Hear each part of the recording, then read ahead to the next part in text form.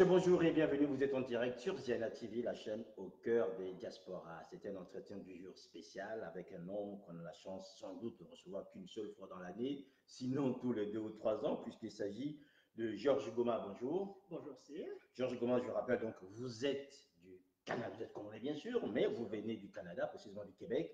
Vous êtes membre de la Convention de la diaspora des Congolais du Canada, membre de la plateforme nord-américaine, membre aussi de la coalition Côte de Malaki, là-bas au Canada. Alors, Georges Goma, c'est vrai que quand on entend parler, nous, du Canada, bah, ce sont les hommes qu'on voit de temps en temps virtuellement. Aujourd'hui, on vous a ici sur nos plateaux en chair et en os. Déjà, merci d'avoir répondu à notre invitation, Georges Goma.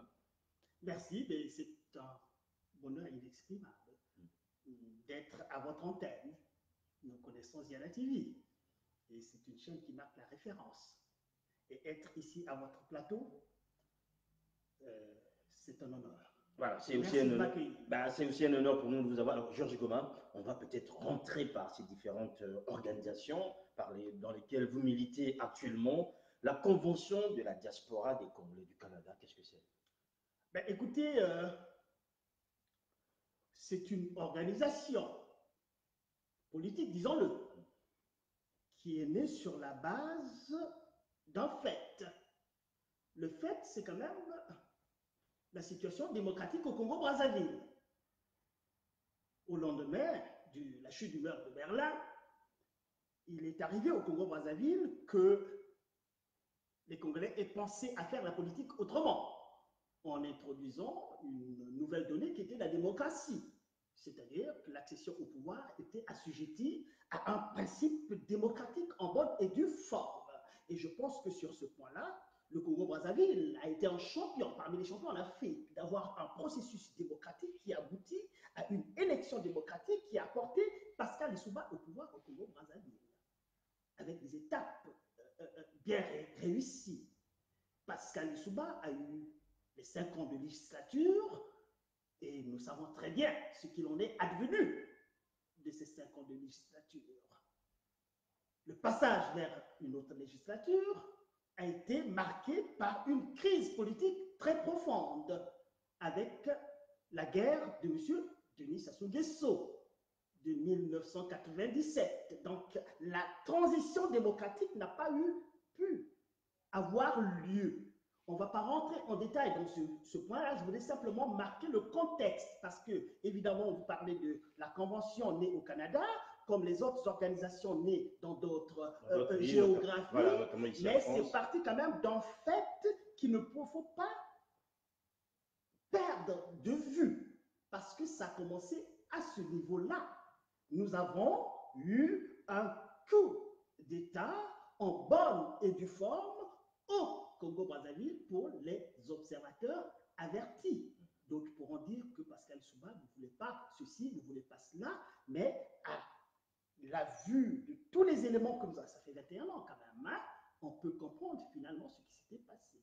Alors, la diaspora, la convention de la diaspora des Congolais du Canada, en sigle la convention, est née un peu sur la base de ce contexte politique en crise au Congo-Brazzaville. Qui a vu aussi des hommes et des femmes aller vers le Canada afin de trouver refuge. Voilà, exactement. Parce que quand on voit les acteurs, n'est-ce pas, qui animent cette diaspora, aussi bien au Canada qu'aux États-Unis, en Europe, en Afrique du Sud, en Afrique de l'Ouest, un peu partout, c'est parti quand même. Nous avons vécu quand même une situation inédite au Congo-Brazzaville. La situation de l'exil. Autant nous connaissions, nous savions qu'il y avait des exilés politiques à l'époque, mais l'ampleur est tout à fait particulière. Depuis 1997, on a vu beaucoup de Congolais sortir du pays et s'installer en exil. Vous voyez? Et donc là, on voit très bien que, et ceux qui sont venus en exil, qui sont venus s'installer dans beaucoup de géographies en dehors du Congo-Brazzaville, et qui se sont dit que non, c'est injuste ce qu'on nous sert là. Il n'y a pas de raison. Il n'y a pas de raison qu'on nous envoie en exil et ils s'engagent. pour vouloir revenir au pays. Et puis à côté, il y a aussi des gens qui sont venus assez régulièrement en tant qu'étudiants, en tant que stagiaires, en Europe, en Amérique, et qui trouvent que ce qui se passe au Congo-Brazzaville, parce que quand nous venons, nous faisons l'apprentissage aussi de la démocratie dans les pays qui nous accueillent.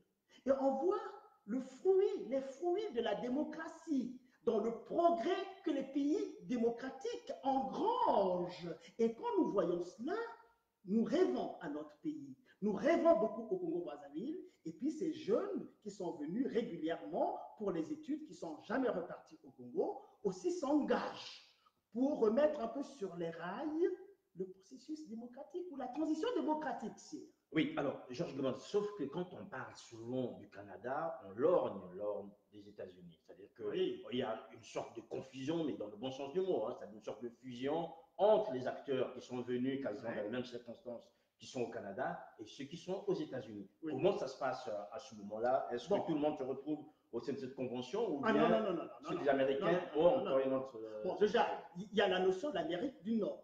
Oui.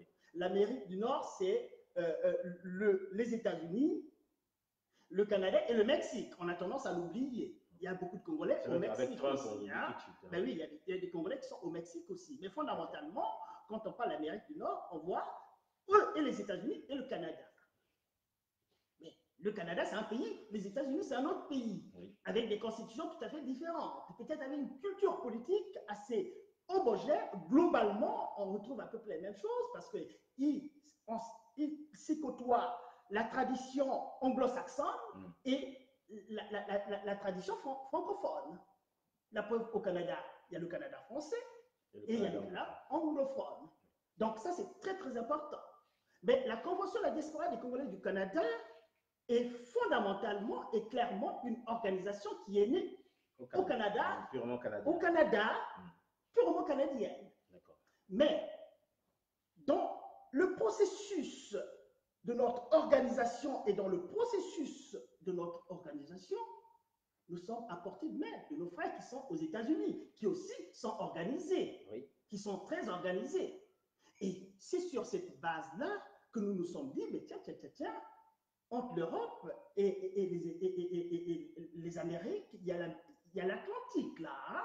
Mais pourquoi est-ce que nous ne cristalliserions pas une certaine approche nord-américaine par rapport à ce que nous vivons au Congo-Brazzaville? D'accord. Alors, d'où à ce moment-là l'intérêt que vous avez manifesté pour créer la plateforme nord-américaine. Voilà, exactement. Oui. C'est de dire que, vous voyez, nous avons l'habitude de dire qu'il y a une expression américaine qui dit team, the team. The team, c'est l'équipe. The team, et les mots qu'il y a dans the team, on a essayé de tirer quelque chose, together, each achieve more. Donc, tous ensemble, chacun y met du soi. Vous voyez? Alors, nous avons pensé que, évidemment, dans tout ce que nous faisons, à partir du moment où nous définissons que nous avons le même objectif, les mêmes idéaux que nous défendons, alors pourquoi ne pas mettre ces efforts ensemble?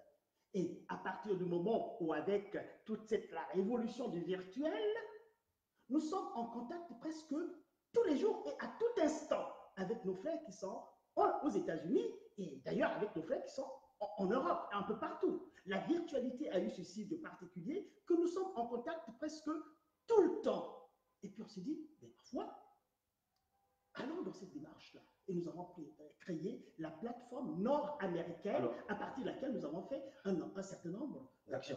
J'aimerais bien revenir sur ces actions-là, puisque une action à laquelle nous avons vraiment participé, c'est la libération, par exemple, du colonel Picard. Oui. Au nom de la plateforme, est-ce que la plateforme s'occupe dans l'organisation plus des problématiques, plus ou moins, je dirais, de ce genre-là, ou bien on peut aussi les voir dans le quotidien de ses membres?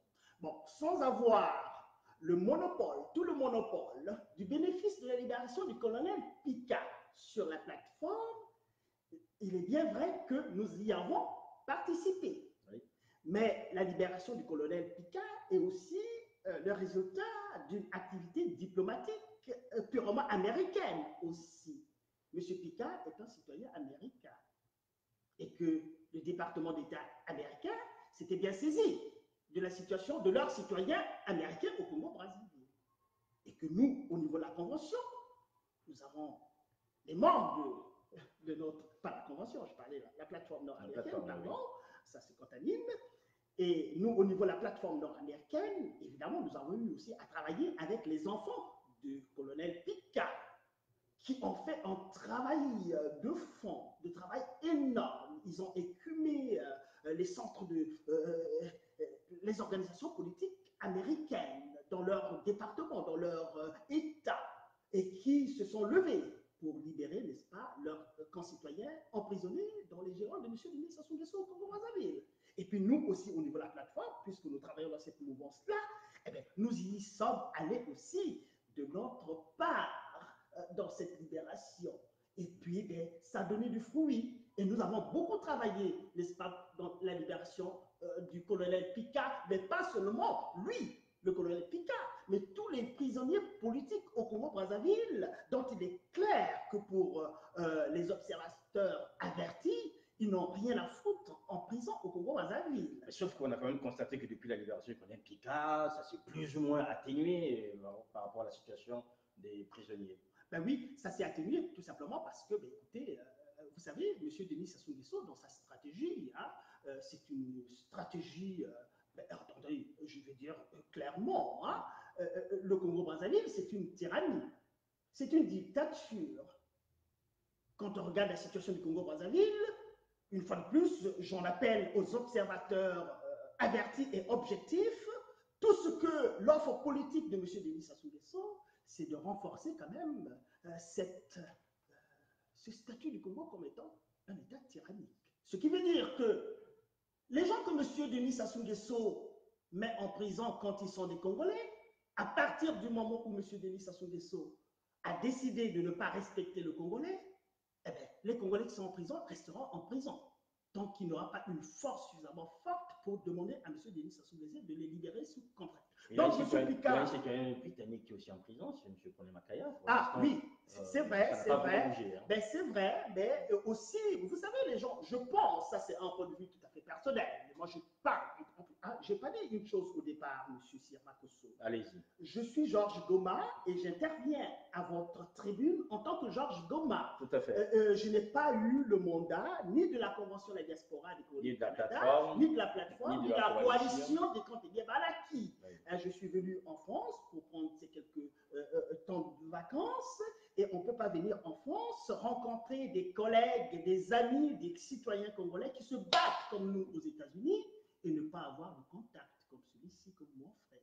Donc, je vous l'offre et évidemment, je donne mon point de vue en tant que Georges Goma de ce qui se passe, puisqu'on m'a posé la question sur ce qui se passe. Pour bien comprendre un peu cette géographie de l'autre côté de l'Atlantique. Donc, nous avons bataillé fort avec les autres, avec la famille du colonel Picard, pour le libérer. Et vous avez bien vu qu'à sa libération, vous l'avez vu reçu à votre antenne, et je l'ai reçu aussi à mon antenne. Il est sans ignorer que j'ai aussi la chronique. La chronique d'Afrique noire, qui est une émission radio-diffusée que j'ai sur la place de Québec, qui existe depuis 5 ans et que j'ai eu le bonheur de recevoir M. Picard également. Voilà, vous avez bien fait de pouvoir le signaler. Donc, vous avez bien compris, mesdames, messieurs, que je reçois non seulement un militant politique, mais aussi un confrère, puisque nous partageons tous les deux le sens du micro et surtout le sens de bonne parole. Alors, Georges Goma, on a vu que les Congolais du Canada s'organisent, ils ne restent pas dans leur coin, ils vont du côté des États-Unis voir leurs frères dans le cadre de la plateforme. Or, là, aujourd'hui, jusqu'à maintenant, les affaires des biens mal acquis étaient des affaires franco-parisiennes. Comment se fait-il que ce soit devenu vos problèmes à vous du côté du Canada, puisque vous militez aussi au sein de la coalition contre les biens mal acquis au Canada, alors que traditionnellement, ben, c'était les Parisiens, normalement, qui devraient se soucier et qui étaient souvent en première ligne par rapport à ces questions. Qu'est-ce qui se passe que le Canada aujourd'hui s'intéresse à cette question des biens mal acquis? Bon, vous savez déjà, cette question des biens mal acquis, c'est une question difficile. C'est une question difficile et qui me fend le cœur. Cette question me fend le cœur tout simplement parce que, bien sûr, c'était une question franco-française. Ça a commencé en France. Et la tradition que nous connaissons de nos chefs d'État africains, d'une manière générale, et de nos responsables politiques au Congo-Brazzaville, ça a été, n'est-ce pas, de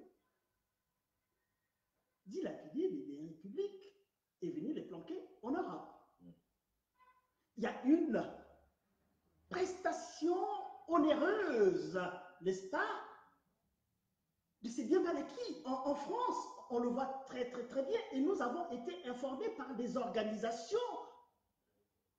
assermentées pour traquer ces biens mal acquis en France. Et on a vu, évidemment, ce qu'on a vu. Mais ça, c'était resté en France. Monsieur Bourdon, William Bourdon, qui est quand même le père de l'expression des biens mal acquis, qui a fait un travail extraordinaire, un travail très difficile. Il l'a ressenti aussi. Hein? Et beaucoup de Congolais qui se sont jetés là-dessus, au Congo-Brazzaville, savent très bien que c'est des sujets très, très, très sensibles. Je vais citer M. Tungamani, par exemple, qui a voulu s'ingérer un peu dans ces choses. On sait bien ce qui est arrivé à M. Tungamani. Et en même temps, il y a un journaliste qui était au Congo-Brazzaville aussi, Bruno Ossébi. On sait ce qui est arrivé à M. Bruno Ossébi, parce que le domaine est très sensible. Ben, écoutez, nous, au Canada, on pensait que c'était une histoire française, mais à la faveur d'un travail journalistique, d'une enquête journalistique qui a été menée au Québec. Donc, nous n'étions pas au courant.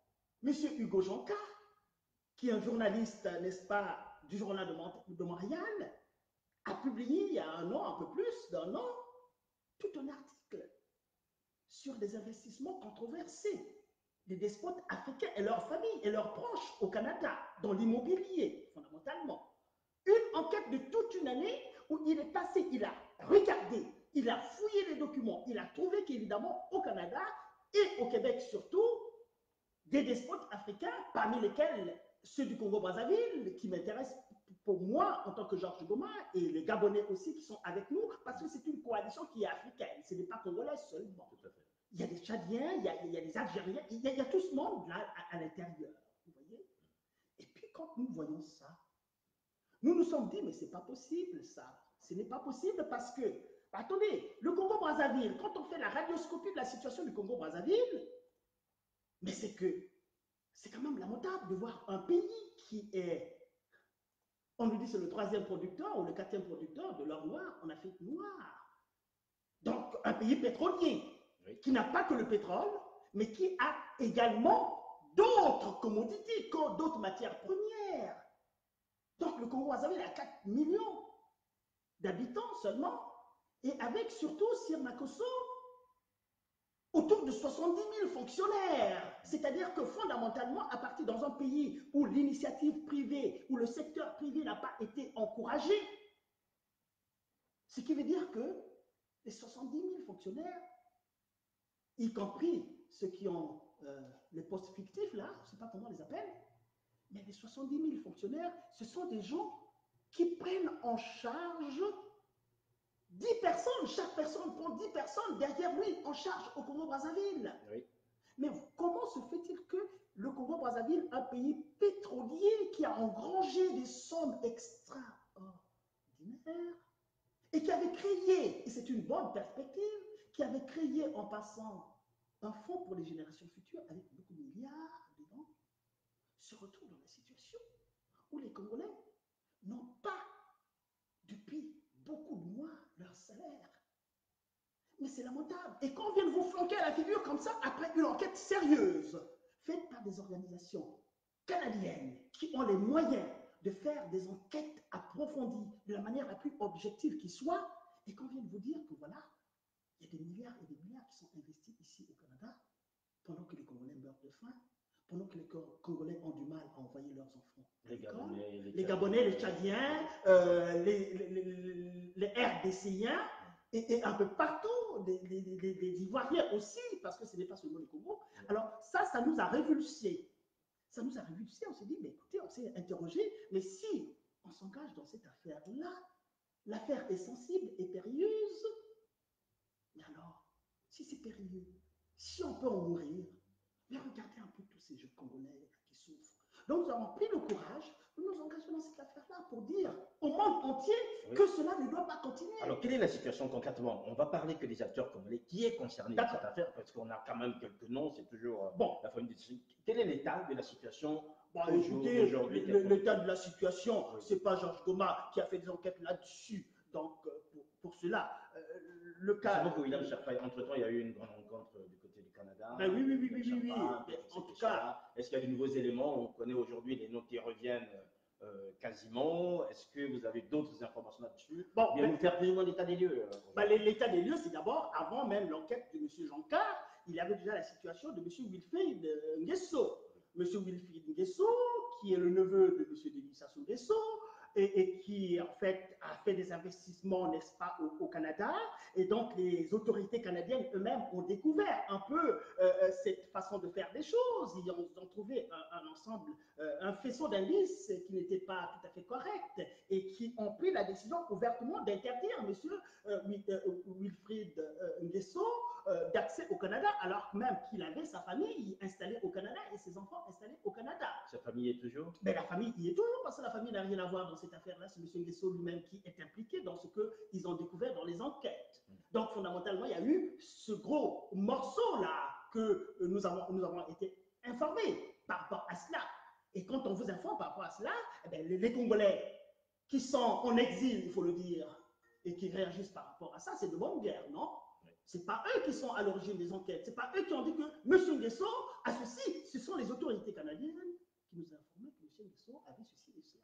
Et puis il est arrivé, n'est-ce pas, l'enquête de M. Hugo Janka sur d'autres acteurs politiques congolais.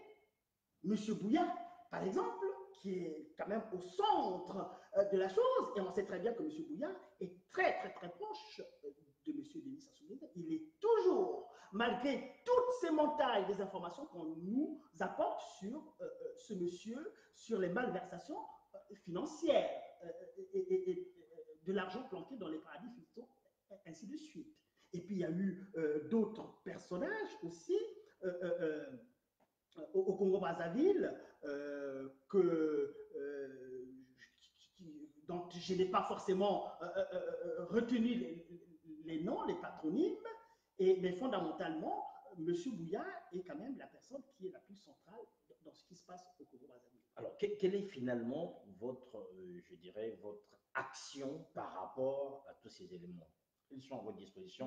Avez-vous mené une démarche particulière auprès de la Gendarmerie royale du Canada? Est-ce qu'aujourd'hui, vous essayez d'apporter un peu plus d'éléments par rapport à la situation du pays? Qu'est-ce que vous faites concrètement?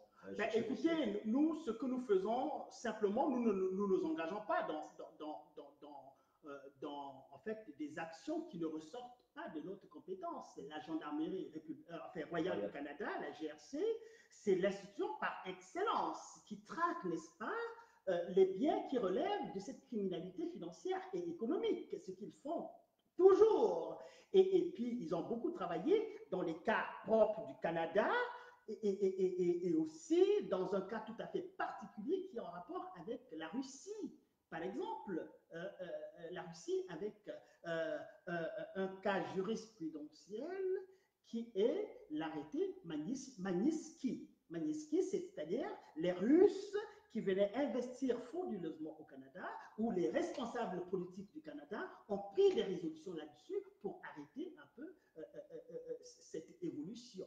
Et ce que nous disons, on se dit, écoutez, s'il y a la loi Magnitsky qui existe, on peut aussi l'étendre à d'autres situations en dehors de la Russie. Il n'y a pas que les Russes, il y a aussi des Africains qui viennent investir frauduleusement ici au Canada. Donc vous appellerez à une loi Nguesso? Peut-être pas une loi Nguesso, je n'ai pas, moi, on m'a souvent critiqué, écoutez Georges, dans tes interventions, c'est comme tu as un problème particulier avec M. Nguesso, mais non, je n'ai pas un problème personnel avec M. Nguesso, il n'y a pas de raison. Il n'y a pas de raison. Mais le cas du Congo-Brazzaville, les responsables du Congo-Brazzaville et des autres États aussi, ce que nous voulons que cette jurisprudence puisse s'appliquer à d'autres situations. Et il ne faut pas oublier quand même que le Canada, dans ce que nous vivons, c'est un pays démocratique. Un pays fondé sur des droits démocratiques. Et où ces choses qui relèvent de la criminalité économique sont violemment réprimées. La criminalité financière est réprimée. Vous voyez? Et donc, nous voulons évidemment que cela aussi puisse être appliqué au cas d'espèce qui est le nôtre, en sachant que il faut éviter à ce que le Canada ressemble à un Eldorado pour ces criminels financiers et des criminels économiques qui sont pourchassés en France du fait de l'activiste de M. Bourdon et du Sherpa et des autres organisations. On voit très bien ce qui se passe et qui se détournent de la France et qui pensent que le Canada, c'est un espace qui leur est acquis pour venir continuer cette criminalité financière. Nous l'avons dit au début de cet entretien, Georges Gomin, cette affaire de Blanaki a commencé à Paris. Alors aujourd'hui, il y a une organisation qui est connue, c'est Sherpa, avec un monsieur, l'avocat Maître Bourdon. Quels sont les liens que vous avez avec Sherpa aujourd'hui? Ben, écoutez, les liens que nous avons, les liens que nous avons avec Sherpa, ce sont des liens qui sont apparus au cours de notre petite histoire en tant que la coalition contre les biens mal acquis au Canada. Vous voyez, monsieur le Sherpa a certainement vu cet activisme que nous faisons à notre petit niveau, en tant que citoyens du monde finalement. On est des citoyens congolais, des originaires du Congo-Brazzaville, citoyens canadiens bien entendu, mais nous ne laissons pas d'être des citoyens congolais. Nous avons gardé nos nationalités congolaises et la nationalité canadienne. Et nous avons pensé que non, on ne peut pas laisser faire des choses comme ça. Et ce que nous faisons, c'est pour attirer la conscience de tout le monde. Attirer la conscience de tout le monde parce que nous avons fini par comprendre que finalement, les problèmes qui se passent au Congo-Brazzaville ont un impact sur les organisations politiques là où nous sommes dans nos sociétés d'accueil, comme le Canada, notamment à travers les problèmes liés à l'immigration, par exemple. Pourquoi est-ce que les gens, les Africains sortent tous les jours de leur pays et vont crever dans la Méditerranée pour aller en Europe? C'est bien parce que les États africains ne sont pas suffisamment organisés pour garder cette masse humaine en Afrique. Et ça vient poser des problèmes dans les pays qui sont les nôtres parce que l'immigration finalement a été posée comme un problème fondamental à résoudre dans les pays démocratiques. Et on nous parle de l'envahissement de ces pays-là. Mais on peut éviter cela. On peut éviter cela. Et nous avons pensé que pour éviter cela, il faut que nous éveillions la conscience des responsables politiques dans nos pays d'accueil, dans les pays qui nous ont offert si gracieusement une autre citoyenneté que nous n'avons pas pu exercer dans nos pays d'origine, parce que nous en appelons à la démocratie, qui au fond, quand elle est bien menée, sert aussi bien ceux qui sont au pouvoir et sert ceux qui ne sont pas au pouvoir, M. Sirmakosso. C'est-à-dire que derrière notre engagement, il y a quand même toute une philosophie. Il y a toute une philosophie qui pense il y a une approche tout à fait humaniste par rapport à cela. Mais malheureusement, vous savez, quand on essaie de parler de philosophie aux gens, les gens vous disent, mais vous perdez votre temps. Mais non, il nous faut un recul philosophique en Afrique. Il faut que nous souffrons à penser des choses essentielles, plutôt qu'à voir l'instantanéité de la vie politique et sans réfléchir les conséquences fondamentales qu'il y a par rapport à ce qu'il pose comme acte. Alors, Georges Gomin, on va sortir de l'instantanéité, puisque j'aimerais avec vous qu'on se projette. Le Congo aujourd'hui est en crise, et cette crise est reconnue de tous. Outre le fait de demander le départ de Denis Sassou Nguesso, qu'est-ce que vous, aujourd'hui, en tant que leader politique du Canada, avez-vous comme vision pour ce Congo de demain? Parce que la crise, elle est là. Depuis des années, les Congolais, même au moment où la manne coulait à flot, les Congolais n'ont pas mangé à leur faim. Aujourd'hui, qu'est-ce que vous avez comme vision pour ce Congo? Qu'est-ce que vous pouvez apporter, vous, dans le cadre de l'organisation qui est la vôtre, dans le cadre des réflexions qui sont les vôtres avec les autres organisations basées ici à Paris? Un projet pour le Congo, ce sera quoi? Ben écoutez, bon, disons-le clairement, le projet pour le Congo-Brazzaville, c'est d'abord de reconstruire une nation, la nation congolaise. La nation congolaise qui va sortir un peu de cette crise fondamentale de l'identité du Congolais. Aujourd'hui au Congo-Brazzaville, vous êtes identifié en tant que nordiste et vous êtes identifié en tant que sudiste. Mais pas en tant qu'oriental, pas en tant qu'occidental. Donc ça, je pense quand même que c'est très très grave. Il y a une époque où le Congo-Brazzaville, il n'y avait pas de différences entre les Congolais. les Congolais du Sud allaient travailler tranquillement dans les régions du Nord, septentrional et méridional. Il n'y avait aucune différence là-dessus. Mais qu'est-il arrivé de sorte que dans l'espace public, dans l'espace politique congolais, que cette dimension devienne un problème? Alors, construire une nation avec quels acteurs, Joshua? Mais construire avec les mêmes acteurs que nous appelons à prendre conscience des bêtises qu'ils sont en train de commettre aujourd'hui. Donc, on prend les mêmes, on recommence. Mais non, c'est pas les mêmes qu'on recommence. Quand je dis de prendre conscience, parce que ça dépend quand même des acteurs politiques qui sont au pouvoir. Je pose la question, on va construire une nation avec quels acteurs? J'ai pas envie, parce que rentrer dans l'ostracisme, ce n'est pas mon approche des choses. Je ne peux pas me lever et dire que, écoutez, telle personne est à bannir de l'espace public, même s'il a posé des actes répréhensibles pour le Congo. Est-ce que ce n'est pas un fond fouillant, ça, quand on ne veut mais pas aujourd'hui? Pas... Ben si, mais parce que quand même, aujourd'hui, ces acteurs, on les connaît. Oui, certains sont avec vous aujourd'hui. Oui, absolument. Mais ces acteurs, attendez, l'espace géographique de la politique, c'est au Congo-Brazzaville. Nous sommes à l'extérieur du Congo-Brazzaville. Nous essayons de faire ce qui est en notre pouvoir pour sensibiliser la communauté internationale pour le vilain qui se passe au Congo-Brazzaville. Parce qu'il se passe un vilain au Congo-Brazzaville. On nous a servi des guerres civiles dont on n'avait pas besoin. On nous a fait bombarder le pôle pendant plus de 2 ans dont on n'avait pas besoin. Et quand on leur demande, donnez les raisons pour lesquelles vous bombardez la région du pôle, on ne vous donne pas des raisons. Quand on vous demande, mais comment est-ce qu'un système juridique peut fonctionner de cette manière-là, on ne vous donne pas des raisons pour lesquelles le système juridique est inféodé, n'est-ce pas, au pouvoir exécutif. La séparation de pouvoir quand même, le pouvoir législatif, des gens formés qui sont là pour construire les lois qui permettent à notre pays d'avancer. Le pouvoir législatif. Et de l'autre côté, il y a le pouvoir judiciaire qui a pour fonction de prendre les malfrats et de les porter devant la justice. Et le pouvoir exécutif qui doit faire, n'est-ce pas, avancer la société par les actions qu'on va entreprendre. Il y a une séparation, il doit y avoir une séparation du pouvoir entre ces 3 instances. Mais qu'est-ce qu'on constate au Congo? Le pouvoir judiciaire, le pouvoir législatif était féodé au pouvoir politique, au pouvoir exécutif. Monsieur Sassou Nguesso, c'est celui qui donne les sanctions, qui décrète les sanctions. On a bien vu, encore ils nous ont offert le jugement des gens qu'ils ont arbitrairement mis en prison. Mais attendez, regardez un peu ce qui s'est dit dans ces tribunaux-là. Mais c'est tout à fait stalinien.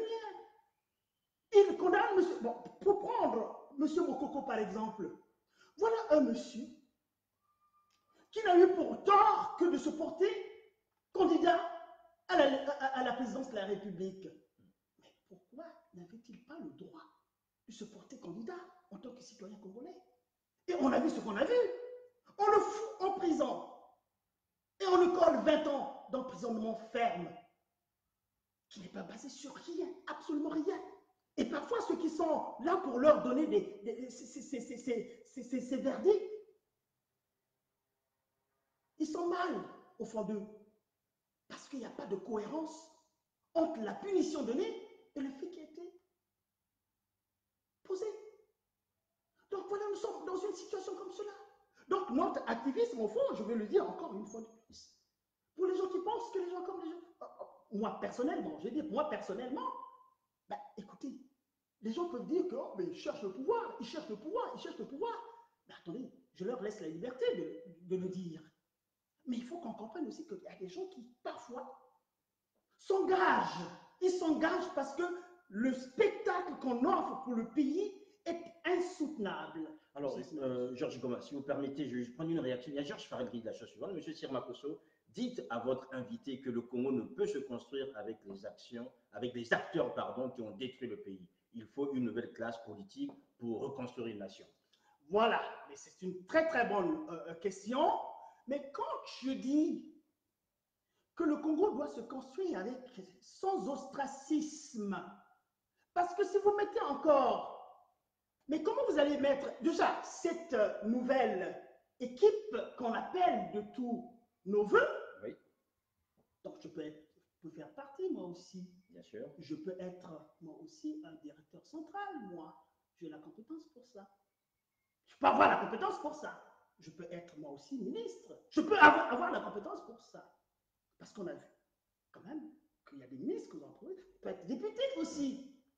Mais alors, c'est au niveau de la faisabilité. Au niveau de la faisabilité, je suis tout à fait d'accord avec lui. Ce qu'il dit est fondamental et je suis tout à fait d'accord. Mais si nous savons à peu près ce qu'il faut faire, nous savons ce qu'il faut faire. Ce qu'il faut faire, c'est d'avoir une nouvelle classe politique. Mais quand on s'arrête là, c'est pas tout.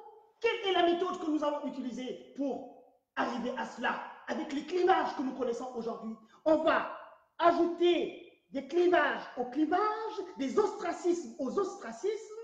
Ce qui est fondamental, c'est de pousser les Congolais à...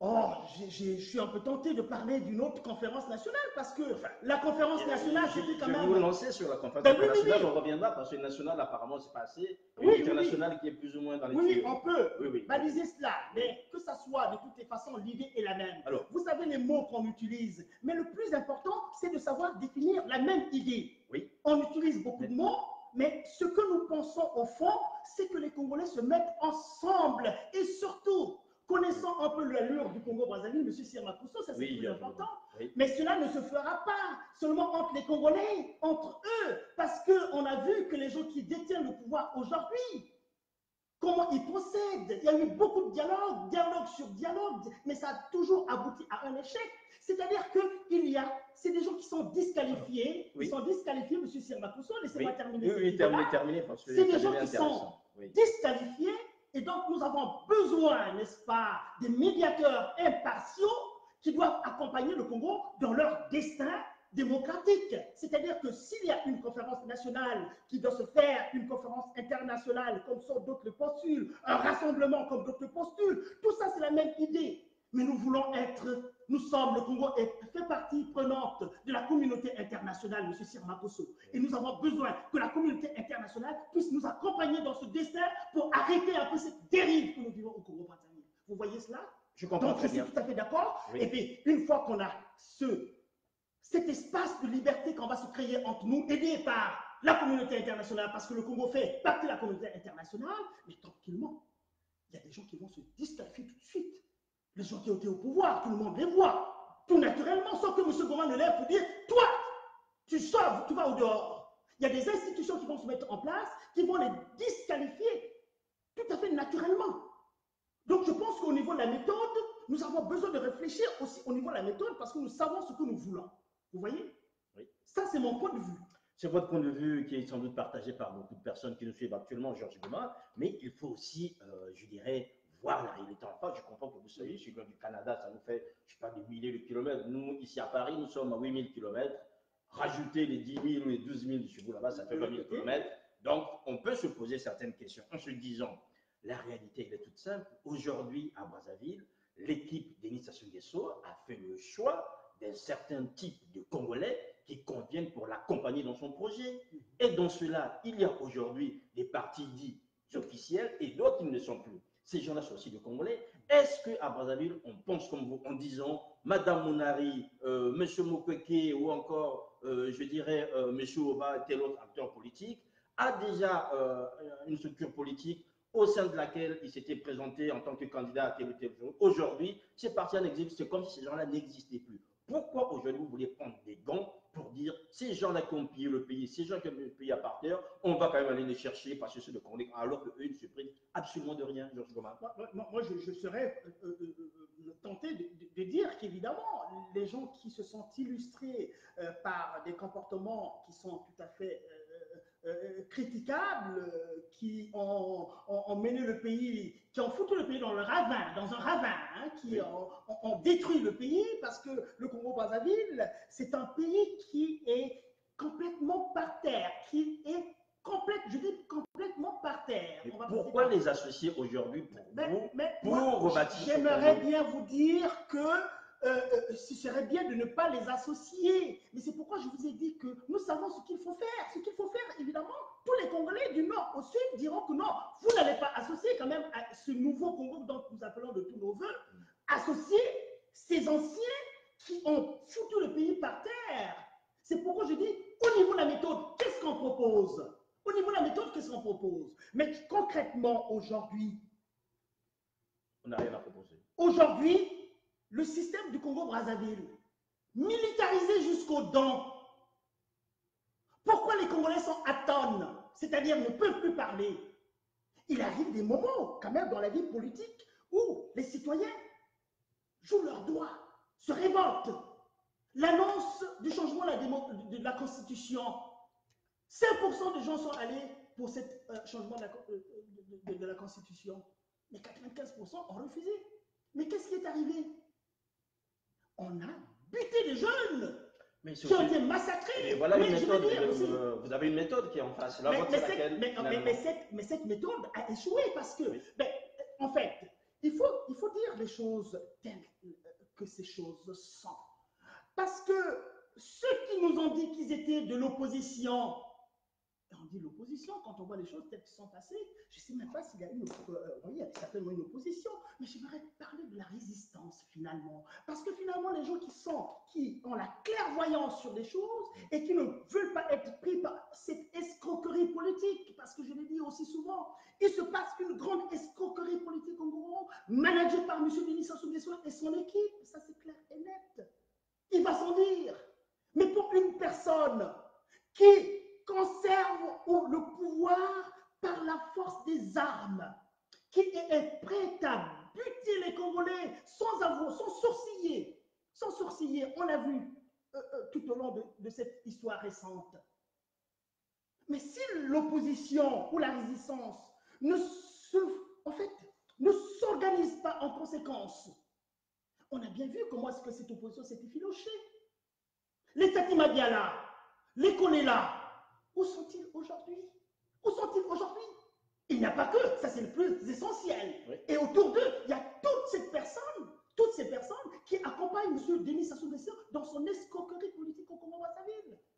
Mais les autres, vous voyez très bien que les Madame Moundari, le M. Mierassa, le M. Boao, qui essaient de porter un autre son de cloche, mais ils sont purement et simplement mis à l'écart. Donc, il faut reconnaître que, quand même, il y a... Donc, ça veut dire que la méthode de Sassou fonctionne. Mais la méthode de M. Denis Sassou Nguesso fonctionne parce qu'il est le maître absolu de tout au Congo-Brazzaville, qui utilise, une fois de plus, les armes de guerre pour faire taire les Congolais. Et il se réclame quand même de la démocratie. Mais ce n'est pas une démocratie, cela. Si M. Denis Sassou Nguesso était conscient du fait qu'on était en démocratie, il ne pouvait pas faire ce qu'il est en train de faire aujourd'hui. Alors, puisque vous parlez de la méthode, allez. Oui, je vais simplement dire que ce n'est pas parce que M. Denis Sassou Nguesso a pris en otage tout le peuple congolais. Il a bien maîtrisé la situation géographique du Congo-Brazzaville à l'intérieur. Et vous avez vu qu'il voulait aussi aller maîtriser les choses à l'extérieur du Congo-Brazzaville par une diplomatie forcenée. Mais cette diplomatie a été mise à mal par nos autres, les petits militants, qui, à un moment ou à un autre, avons voulu simplement montrer aux gens qui les accueillent ici que voilà ce qui se passe au Congo-Brazzaville. Même quand à un certain moment, nous savons qu'ils savent très bien ce qui se passe au Congo-Brazzaville et que certains ont été complices de M. Denis Sassou Nguesso pour faire ce qu'il est en train de faire au Congo-Brazzaville. Donc notre travail, notre militantisme, c'est quand même pour éveiller cette conscience-là. Nous voulons éveiller cette conscience pour arrêter cette dérive-là. Donc, je suis tout à fait d'accord avec le monsieur qui vient d'intervenir. C'est Christian Farel. Christian Farel, c'est tout à fait juste, je suis tout à fait d'accord avec vous.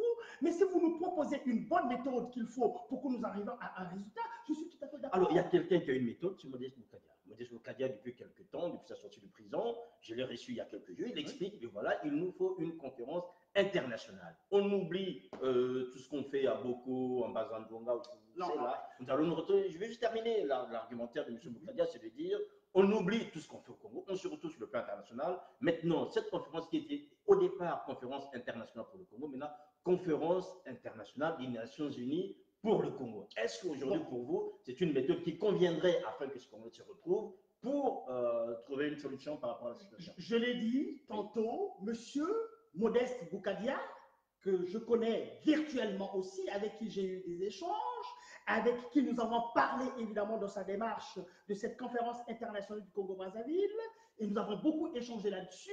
Je pense qu'il se reconnaîtra que j'ai donné aussi mon quitus par rapport à sa démarche, mais dans les échanges que nous avons eus avec M. Boukadia, je lui ai attiré l'attention sur le fait qu'il fallait qu'il prenne en ligne de compte qu'il n'est pas pionnier dans la proposition, n'est-ce pas, d'un tel forum. Parce que, ailleurs, M. Miki de Nanitelagno au Québec a parlé du rassemblement. C'est quand même son cheval de bataille depuis un certain moment. J'ai travaillé avec M. Miki de Nanitelagno dans cette démarche du rassemblement. Mais les amis des assises aussi ont parlé, d'autres ont parlé de la plateforme. Il y a d'autres qui ont parlé de la table ronde. Donc, il y a beaucoup de gens avant M. Boukadia. Le MRLC aussi, ils ont parlé, n'est-ce pas, d'une approche comme celle-là. Donc, M. Boukadia n'est pas pionnier, n'a pas le monopole, n'est-ce pas, de cela. Mais dans ce que j'ai dit à M. Boukadia, je suis d'accord avec vous, on ne va pas revenir. Vous savez, les acteurs politiques, qu'on nous offre, qui nous font des offres politiques, mais ces acteurs politiques ont eu une histoire qu'ils ont présentée aux Congolais du Congo-Brazzaville. Il y en a qui ont été, d'une manière ou d'une autre, aider M. Denis Sassou Nguesso à faire ce qu'il est en train de faire aujourd'hui, à aider M. Sassou Nguesso à battre la démocratie au Congo-Brazzaville. M. Pascal Souba, il y avait des choses à lui reprocher, certainement, mais ce n'était pas pour encourager M. Denis Sassou Nguesso, n'est-ce pas, à la battre comme ils l'ont fait. Donc, l'idée de M. Boukadia, c'est une bonne idée. L'idée de M. Miki de Nanitelagno, c'est une bonne idée. L'idée des assises, c'est une bonne idée. Non, il n'y a pas à choisir. Il y a à pousser et toutes ces personnes-là à se mettre ensemble. Sauf que jusqu'à maintenant, on ne voit pas comment ils se parlent. Ils se parlent que par tweet interposé mais ou oui, encore, mais il faut. par post interposé. De toutes les façons, il y a une question. On a parti au départ. Il y a la question des égos. Ça, c'est clair et net. Mais j'ai bien peur de penser que, attendez, enlever l'ego à une personne, il ne lui reste plus rien. Les gens qui ont leurs égos, c'est leur affaire.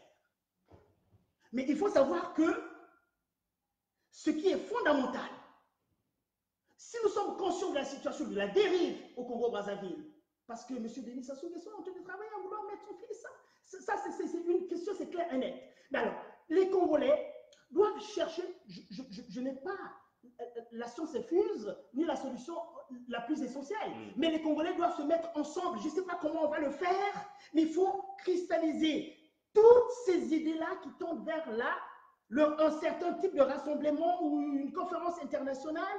Ce qui est bien avec la conférence internationale, c'est peut-être aussi de voir comment est-ce que la communauté internationale pourrait nous accompagner de cela, parce que c'est ça qui est important. Avec M. Denis Sassou Nguesso, on ne peut pas dialoguer avec M. Denis Sassou Nguesso parce qu'on n'ira nulle part.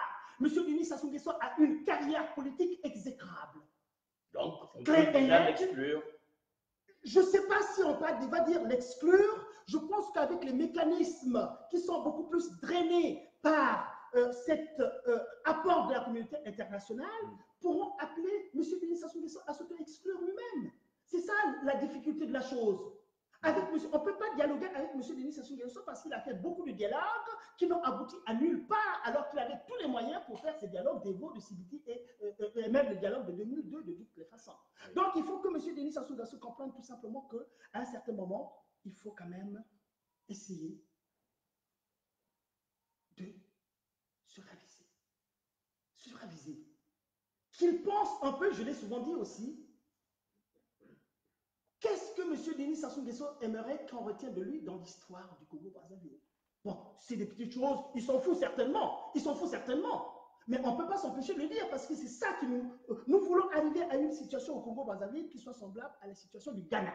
Monsieur Sir Makosso, connaissez-vous la situation du Ghana aujourd'hui?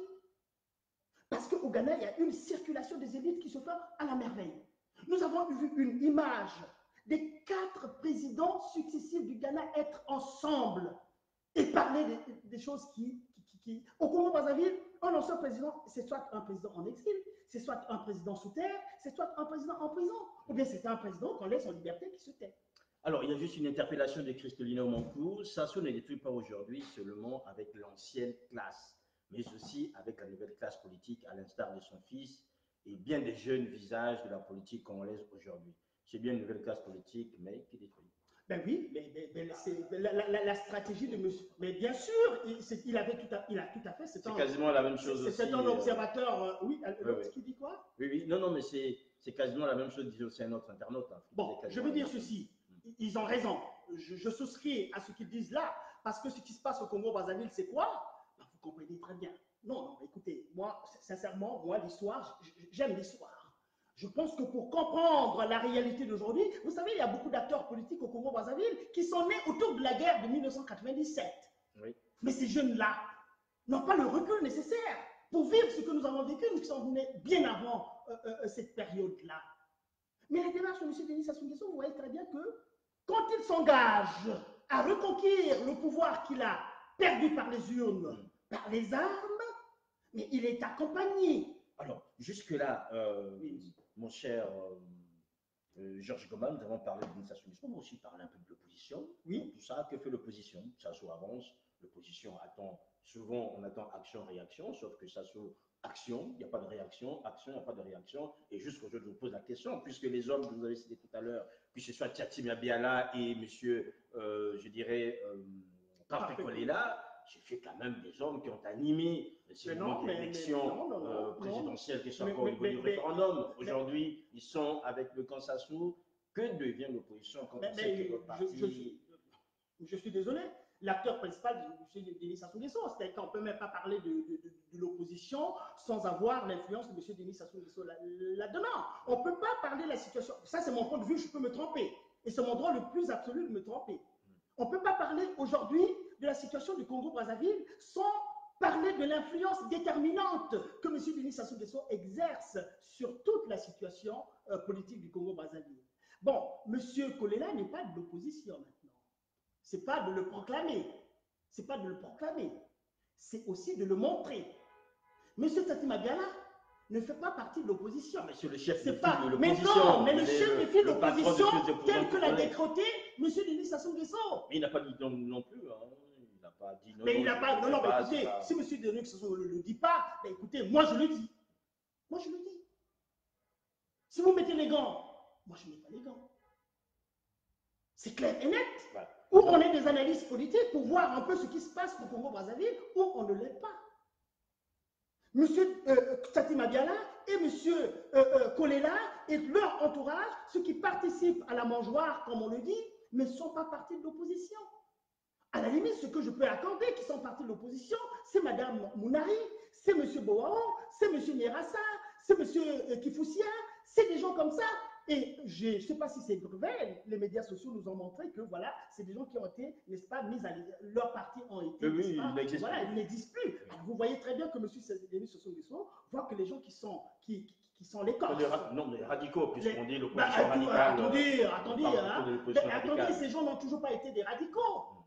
Mais ce sont les modérés finalement qui sont les plus dangereux. Quand vous voyez un système qui est clair, qui est radicalement antidémocratique et tyrannique, mais mettez-vous de l'autre côté de la radicalité démocratique aussi. Il faut qu'on ajoute la radicalité démocratique. Parce que ces gens n'ont toujours pas été des radicaux. Vous voyez? Mais attends. Dans la situation du Congo-Brazzaville, je peux me tromper, mais il n'y a pas un milieu là. Il n'y a pas un milieu. Il y a soit des gens qui sont avec M. Denis Sassou qui vont avec M. Denis Sassou Nguesso dans sa détermination, dans sa dérive. Et il y a d'autres qui essaient de résister avec 1000 difficultés à penser que non, il faut se battre, n'est-ce pas, pour la démocratie au Congo-Brazzaville. Et moi, je vais mettre un peu de ma subjectivité en disant qu'il y a des gens qui sont du bon côté de l'histoire et du mauvais côté de l'histoire. Ça, c'est clair et net. Est-ce que vous partagez aujourd'hui, Georges Goma, l'idée selon laquelle Christ Denis Sassou Nguesso a déjà quasiment le pouvoir entre les mains, toute la campagne qu'il est en train de faire aujourd'hui? Non, moi je ne le partage pas. Moi je ne partage pas parce que clairement je dirais que ça c'est un autre front qu'il faut ouvrir. Mais quel moyen avez-vous? On a déjà le premier front, je ne sais pas, de toutes les façons, les moyens que nous avons, les petits moyens que nous avons, nous allons les utiliser. Nous allons les utiliser. Il n'est pas de mon devoir non plus de dire, un peu de lâcher comme ça en public, quelles sont les stratégies qui sont les nôtres là aussi. Hein, Monsieur Denis Sassou Nguesso et les siens ne nous disent pas toutes leurs stratégies. Hein, il y a des cabinets occultes et des cabinets qui sont ouverts là. Mais je pense quand même que La question que vous devez poser de M. Christelle Denis Sassou Nguesso, qui est un Congolais à part entière comme tous les autres, qui a aussi le droit de se porter candidat à la magistrature suprême, Donc, mais sous... Oui. Mais pas...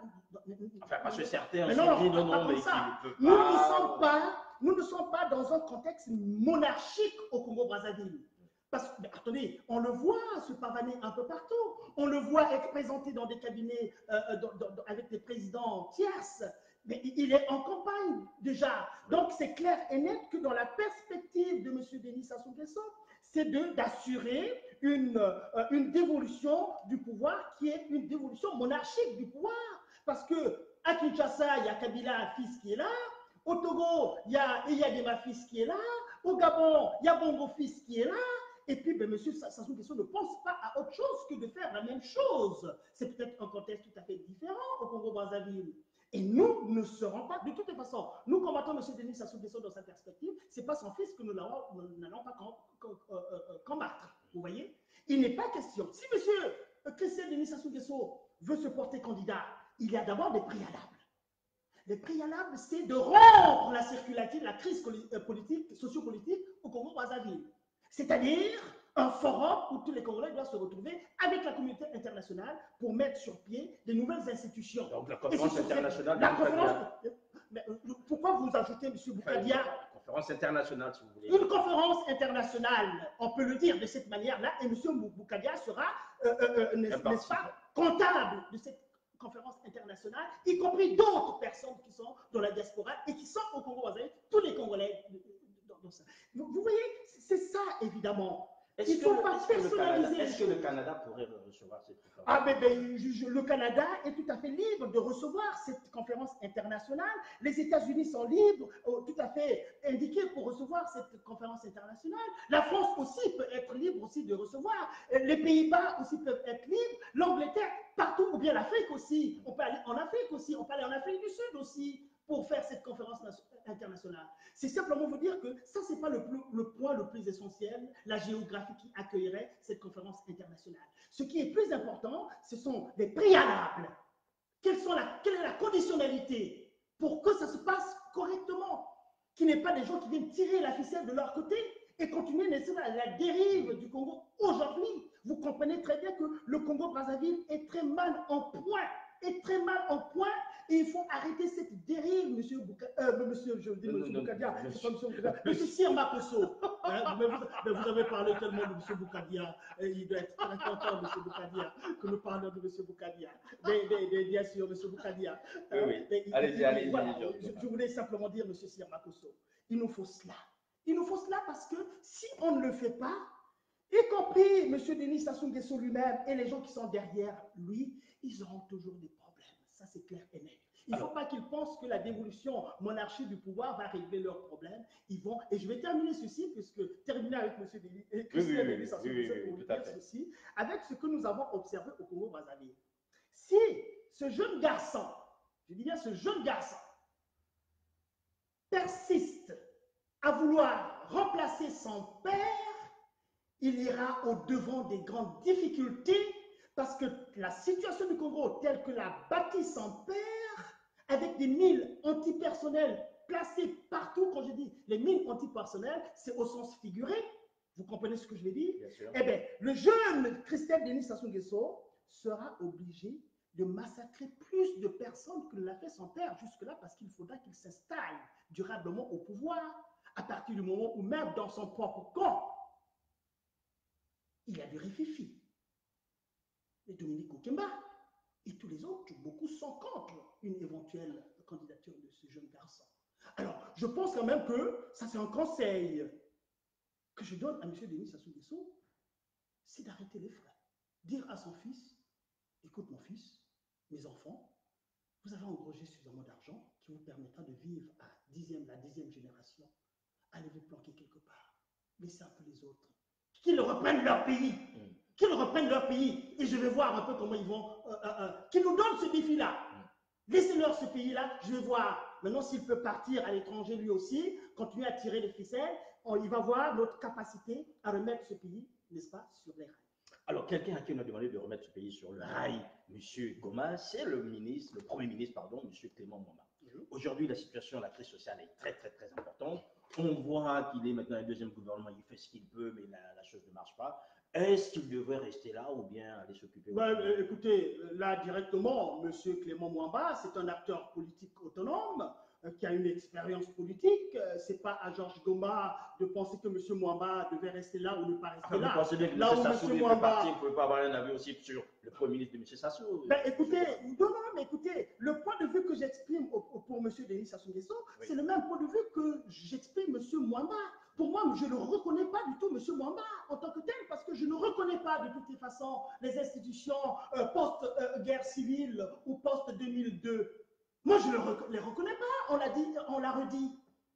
Donc, que M. Sassou Nguesso prenne un Premier ministre ou un autre, M. Mwamba faisant partie, que je connais d'ailleurs, qui quelque part est une relation que je connais et que j'ai vue pour la dernière fois en 2007. Vous voyez cela? Et avec qui nous avons essayé de mettre en place une organisation politique qu'on appelait ECORAD, Espace congolais de réflexion et d'action pour le développement, où nous sommes allés au Congo-Brazzaville pour dynamiser les associations loi 1901 dans la région de la Lékoumou. Voilà, nous avons fait ce travail-là. Mais après, ce qui s'est passé, M. Mwamba s'est engagé politiquement dans la voie qu'il a choisie. Mais c'est son droit le plus absolu. Je n'ai rien à voir avec cela. Donc pour cela, on ne peut rien demander au gouvernement. Alors pour vous, aujourd'hui, le gouvernement n'a aucune responsabilité. Mais la responsabilité, c'est un gouvernement de la législature Denis Sassou Nguesso X. D'accord. Donc la responsabilité du gouvernement que M. Sassou Nguesso a choisi de mettre en place n'est pas détachée de la responsabilité du Grand Manitou, oui, qui est la sienne. Donc, pour moi, M. Mwamba Clément, c'est un non-événement, comme tous les autres institutions politiques au Congo-Brazzaville. Nous, dans notre démarche, nous l'avons toujours dit. Notre point référentiel, c'est la Constitution de 1992. Voilà, qui a été brisée net, là où tous les Congolais, sans exception, se sont réunis pour se donner une nouvelle démarche politique. Et c'est sur la base de cette constitution que nous devons, n'est-ce pas, la remodeler, l'amender pour l'ajuster au mieux, n'est-ce pas, à l'allure que prenaient nos institutions. Quittant donc les rives du fleuve Congo pour revenir sur les bords de Seine, Georges Goma, vous êtes un ancien de la diaspora parisienne, vous connaissez très bien Paris, vous êtes du Canada. L'avantage avec vous, c'est que vous connaissez plus ou moins les deux réalités. Quelle est la perception des compatriotes qui sont là-bas, qui ne sont pas passés par Paris? Comment perçoivent-ils la diaspora résistante à Paris? Qu'est-ce qu'ils vous disent de ces Parisiens? Bon, mais c'est une très bonne question, parce que c'est là aussi, dans nos façons de faire, vous savez, comment je peux dire ça? Il faut avoir une connaissance à peu près correcte des réalités avant d'en parler, avant de les jeter dans les analyses qu'on peut faire. J'ai souvent parlé de l'administration de la preuve. Il faut connaître ces réalités. Quand vous dites que je suis passé par la France, j'ai vécu, mais j'ai 18 ans de vie ici en France, quand même, c'est pas peu. J'ai un vécu. J'ai un vécu ici. Nous avons commencé à battre le macadam ici en France, toujours contre le régime de M. Denis Sassou Nguesso. Et puis, je suis allé aux Amériques. Depuis que je suis allé aux Amériques, ça fait 8 plus 4 ans, ça fait 11 ans quand même que je suis aux Amériques. Bon, la question que vous venir exactement à la question, là encore, je me sens un peu en difficulté de dire ce que les autres qui ne sont pas passés par ici peuvent penser. Oui, c'est vrai. Voilà. Vrai. Et je ne pense pas. Mais par rapport à une certaine perception collective de Georges Goma en tant que membre de la diaspora congolaise aux Amériques, oui, bon, on pense qu'en Europe et en France, il y a des gens qui travaillent fort. Il y a des gens qui travaillent dur. Il y a des gens qui avancent le combat malgré les critiques qu'on formule à leur endroit. Je n'aurais qu'à citer, par exemple, les jeunes indignés de 142. voyez le travail de fond qui est un travail direct, frontal, que ces jeunes mènent sur le terrain. On voit très bien les jeunes individualités comme Donald, l'homme du métro, qui a une démarche tout à fait pédagogique. Parce qu'il y a les hommes politiques français qui font fonctionner une diplomatie avec le Congo-Brazzaville, mais il y a des Français en tant que tels qui ne savent toujours pas ce que les responsables politiques français font dans leur dos. Et le jeune Donald, quand il passe dans le métro, c'est pour leur expliquer ces choses-là, en disant que, ah, d'accord, vous inquiétez de l'immigration, vous pensez que les immigrants qui viennent ici viennent pour manger votre bout de pain, mais au fond, votre bout de pain, le blé, là, il est cultivé peut-être en Afrique, non? Ce pain-là est peut-être boulanger en Afrique, là. Donc ça, c'est très, très, très bien. Il y a Faye Monama, qui sont des jeunes qui sont sur la place de Paris. Il y a des dames comme Cyriane Ngoma, qui doit être en Europe du Nord, qui aussi, à sa manière, nous dit sa vision du Congo-Brazzaville, dénonce les choses. Il y a des dames comme Sadio Morel-Kanté, qui, sur la place de Paris, ont marqué leur référence. Je pense quand même que la diaspora de Paris, sans Madame Kanté, ne serait pas ce qu'elle est. On peut avoir à critiquer. Nous tous, on est critiqués de toutes les façons. Il y a les organisations, comme les Assises aussi, qui font un travail de fond. On a parlé, n'est-ce pas, du Fonds monétaire, des actions auprès du Fonds monétaire international. Oui. Mais les Assises ont produit un document, un mémorandum, vous en avez évoqué, qui est un document pilote qui nous a permis de montrer aux responsables du Fonds monétaire international que nous ne vous laissez pas abuser. Nous n'avons pas la même facilité, nous n'avons pas le même droit de rentrer dans les canaux de la diplomatie. Mais nous mettons au devant notre militantisme parce que, évidemment, nous sommes des humanistes, nous sommes des progressistes, nous sommes conscients de la situation du Congo-Brazzaville et de l'Afrique d'une manière générale. Voilà ce qui se passe en réalité. Nous retraçons fidèlement les actes politiques qui ont été posés depuis un certain temps. Nous les relevons parce que les gens qui sont au Congo-Brazzaville, mais ne pensez pas quand même que vous allez poser des actes que les gens ne vont pas relever. On n'invente rien de ce qui se passe. C'est-à-dire que après avoir bombardé le pool, par exemple, pendant 2 ans, mais vous n'allez pas effacer ça comme ça, tout le monde a vu. Mais nous, rappelons aux gens que de telle date à telle date, voilà ce qui s'est passé. Donc, nous n'interdisons pas au Fonds monétaire international, par exemple, d'aider le Congo-Brazzaville. Non, le Congo-Brazzaville est membre du Fonds monétaire international. Et que par conséquent, d'après les règles, ils doivent avoir l'aide du Fonds monétaire international. Mais il ne faut pas que ce soit une aide qui ne tienne pas en ligne de compte les responsabilités politiques que ces hommes-là posent.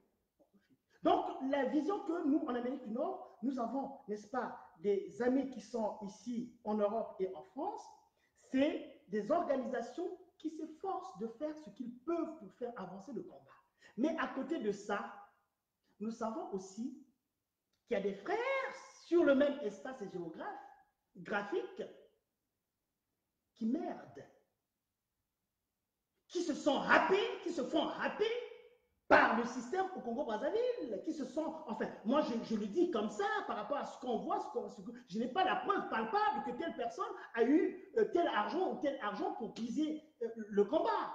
Mais ça se dit tout le temps, tout le temps, tout le temps. Et aussi, on va jusqu'à penser que le régime du Congo-Brazzaville, tel qu'on le connaît, n'a pas mis les provisions nécessaires pour attaquer la diaspora sur la place de Paris, sur la France et sur l'Europe, dans ce sens-là, y compris aux Amériques aussi. Mais ça, je n'en sais rien. Ils ont tous les moyens pour ça.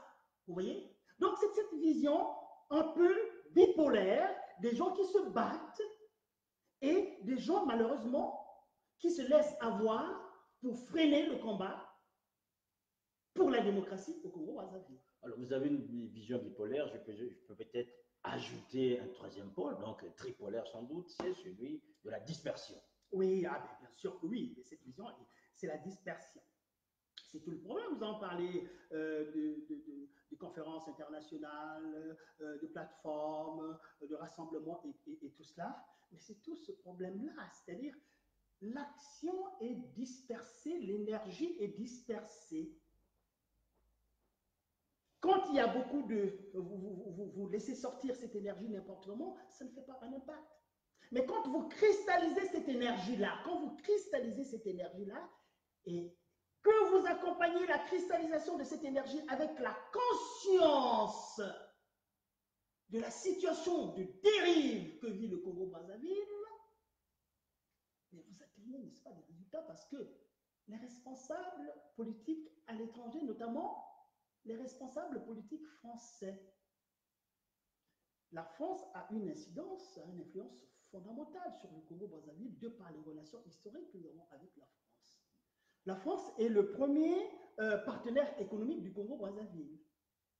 La France, par rapport à la production du pétrole au Congo-Brazzaville, la France est évidemment, nous connaissons tous la place de la France. Et j'ai souvent coutume de dire que, bien sûr, on peut aussi condamner d'une manière ou d'une autre l'approche que la France a par rapport à la situation du Congo-Brazzaville. C'est peut-être pas l'objet de cette rencontre-là. Mais en regardant très bien, on voit très bien que M. Denis Sassou Nguesso a beaucoup été aidé par les autorités politiques françaises, que l'a été, par exemple, la première personne qui a fait fonctionner les institutions purement démocratiques au Congo-Brazzaville, pour l'occurrence Pascal Lissouba. Voyez. Mais maintenant, quelle est la stratégie que nous devons, quelle est l'offre politique que nous devons donner à la France pour montrer que, mais si vous continuez avec M. Denis Sassou Nguesso, c'est pas ça qui va arranger la situation de la France, bien au contraire. Et qu'il est peut-être temps aussi que la France pense que, dans mes rapports avec le Congo-Brazzaville, il est bon que je me situe également du bon côté de l'histoire au Congo-Brazzaville. Je pense. C'est mon point de vue. Voilà, c'est votre point de vue. On va terminer, Georges Gomin. Souvent, on taxe l'opposition de ne pas avoir de leader. Voilà, on dit qu'aujourd'hui, tout le monde se focalise sur Mokoko, sauf Mokoko en prison. On n'a personne pour porter le flambeau. Est-ce que Paris devrait faire émerger des hommes? Est-ce que le Canada, les États-Unis, est-ce que, d'une manière globale, c'est la diaspora qui doit porter ce flambeau et peut-être relever le pays demain? Bon, écoutez, la question du leader, déjà, on se proclame pas leader comme ça. On se proclame pas leader comme ça. Je crois qu'un leader ne peut émerger que par sa propension à rassembler les gens autour d'une idée. Rassembler les gens autour d'une idée et de conserver ces gens-là autour de cette idée et avancer. Je pense que ça, c'est très, très important. D'où sortira-t-il ce grand leader? Ça peut être du Congo-Brazzaville. Et si c'est du Congo-Brazzaville, il faudra qu'il ait du courage, beaucoup de courage, pour montrer qu'il est un leader. Mais attendez, cette histoire de M. Mokoko, là, leader, mais je pense quand même que il y a eu un fait politique qui s'est passé au Congo-Brazzaville, où ce M. Mokoko s'est détaché quand même comme un potentiel leader légitimé par la population au Congo-Brazzaville. M. Denis Sassou Nguesso a changé la constitution, il a fait des élections en mars 2016. Mais il a poussé les gens là-dedans. Mais les gens sont allés. On a vu quand même que M. Mokoko a été plébiscité par les Congolais du Sud comme du Nord. Ça, c'est quand même quelque chose de réel, même si on n'a pas été d'accord avec la démarche de M. Denis Sassou Nguesso, qui pensait avoir les autres par cette démarche, qui s'est fait avoir par son propre piège. Mais si les choses s'étaient passées de la façon la plus correcte, on a bien vu que M. Mokoko a cristallisé un certain nombre de suffrages. Et le fait que puisque les autorités politiques au Congo, à un certain moment, ont beaucoup brodé sur la dimension ethnique ou ethniciste des choses, le Nord et le Sud, ça encore, un observateur averti comprendra très bien que M. Denis Sassou Nguesso est fondamentalement basé sur cette approche-là. On a vu quand même des vidéos où il a tenu des réunions en Moshi, dans son fief d'Oyo, où ce discours en Moshi a été traduit en français, où on a compris que ben, monsieur Denis Sassou Nguesso est un grand tribaliste. Ça, je le dis, sur la base de cet élément-là. Donc, monsieur Mokoko, avec la situation dans laquelle nous nous sommes retrouvés au Congo-Brazzaville, était peut-être la personne la mieux placée en tant que général d'armée, comme monsieur Denis Sassou Nguesso, général d'armée, et en tant qu'une personne qui a engrangé des suffrages dans le sud du Congo et dans le nord du Congo, c'est peut-être la personne qui pouvait aider même monsieur Denis Sassou Nguesso à se tirer son épingle du jeu aussi, à calmer un peu la situation explosive du Congo-Brazzaville, au moins pour une période de transition.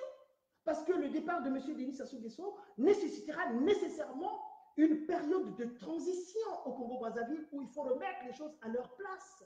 Il faut rassurer les uns et les autres. Parce que peut-être un type du Sud qui émerge comme ça au pouvoir, eh bien, les gens vont crier à la vengeance parce que les gens ont été butés depuis un certain nombre d'années dans le Sud du Congo. Et puis dans la diaspora, ma foi, ben, il faut qu'on continue à prendre langue, à nous parler, à aller vers ce rassemblement ou cette conférence internationale ou cette table ronde. Ça n'a pas d'importance. Ce qui a de l'importance, c'est d'être ensemble, de modeler une démarche qui soit pour tout le monde. Et puis, ma foi, M. Sir Makosso, mais le pouvoir, ce n'est pas ici en Europe. C'est là-bas. C'est là-bas. Ce n'est pas ici, en Occident, mais c'est là-bas. Donc, il faut préparer les conditions nécessaires pour que ces choses-là puissent se tenir. Et puis, bon, voilà, je n'ai pas la solution idéale, mais je ne donne que mon point de vue. Voilà, c'est un point de vue qui compte, vous le savez très bien, Georges Goma, aujourd'hui. Là où vous êtes là-bas, au Québec, pardon, du côté des Amériques. On va terminer cet entretien, Georges Goma. J'aimerais que vous nous fassiez une conclusion en langue québécoise, en français québécois. Comme ça, les gens sauront très bien, parce que nous doutons un peu avec votre accent, que vous êtes toujours là. Mais ce serait... Donc, un petit exercice, un au revoir en français québécois, ça nous fera du bien. Je ne pourrais pas, je ne pourrais pas. Ce serait en dehors du seul fait que pour m'amuser, je pouvais vous dire, écoutez, si vous êtes debout, ben, monsieur Sir Makosso, à souhait, toi non. À souhait, toi non. Peux-tu savoir ce que je viens de dire? Qui veut dire, sois-toi là. Ah ben voilà. Ça, c'est le français québécois et qui est le bon français. Le français originel. Toi, vous ne l'avez pas exprimé là. Non, je ne peux pas l'exprimer parce que je ne connais pas. Je ne pourrais pas le parler. C'est timide finalement, Georges Goma, vous vous rendez bien compte. Oui, je suis un bon timide. C'est un grand timide. Mais je passe, soit dit en passant, je dis bonjour à tous mes amis qui sont au Québec et au Canada et aux États-Unis. Et comment dit-on bonjour quand on est entre Québécois? Hein? Bonjour. Oh non, peut-être pas bonjour. On dit simplement bon matin. Ah, voilà. Bon matin à vous qui nous suivez là-bas du côté du Québec et bon. Et l'après-midi? Il y a le bon matin. J'ai pas entendu bon après-midi, mais c'est bon matin, c'est simplement bon matin. Voilà, en plus là-bas, les matinées sont longues. Donc... Ah, les matinées sont longues, hein, surtout, tout à fait, en été surtout. Hein, oui. Voilà, tout à fait. Mais en fait, parfois on dit au Québec qu'il y a le froid, et c'est un peu la circularité des saisons, c'est comme ici. Hein, mais c'est vrai que les périodes froides, il fait vraiment froid. Il peut arriver qu'en tenant compte de ce qu'on appelle le facteur éolien, on peut aller jusqu'à moins 45 degrés en dessous de zéro. Et là, on peut toujours voir au Kouyou le caribou. Ah ben oui, le caribou, bien sûr. Il faut aller un peu plus loin pour avoir le caribou. Le sirop d'érable aussi. Ah oui, le sirop d'érable, c'est la chose par excellence. On ne peut pas parler du Québec sans parler du sirop d'érable. On ne peut pas parler du Québec sans parler de la poutine. Oui. Hein, la poutine. Et puis voilà, du caribou aussi. Du caribou. Voilà. Mais voilà, mesdames et messieurs, c'est sur ces termes touristiques que nous allons terminer. Encore merci, Georges Goma. C'est moi qui pris le temps d'être là, d'échanger avec nous. C'est avec beaucoup de plaisir. Voilà, mesdames et messieurs, nous avons suivi cet entretien avec Georges Goma. Je rappelle donc qu'il vient du Canada. Il est membre de la Convention de la diaspora des Congolais du Canada, membre de la plateforme nord-américaine et aussi membre de la coalition contre les biens mal acquis au Canada. Il a passé ce temps avec nous afin d'échanger sur l'actualité congolaise et surtout nous présenter aussi ses compatriotes qui sont là-bas, qui militent en faveur de la libération ou sinon en faveur du Congo. Merci à vous, merci à toute l'équipe de Zana TV. Je remercie Claudia Manco, Hermine Goma. Merci aussi à vous tous qui avez été là, surtout vous qui avez participé. Portez-vous bien. Ben, vous savez que nous sommes en vacances, mais malgré tout, on essaie toujours d'être attentif quand l'actualité l'impose. J'aimerais juste en passant dire tout le soutien de Zana TV à Braza News, donc à Gatien Samba et à toute son équipe par rapport aux attaques qu'ils subissent actuellement. C'est vrai qu'on n'est pas tous à l'abri. On reste ensemble, comme on dit, et nous leur apportons tout le soutien nécessaire parce que c'est une épreuve qui est souvent terrible quand on perd comme ça un espace où l'expression est libre. Portez-vous bien, passez surtout un bel été là où vous êtes et où nous suivons. Au revoir.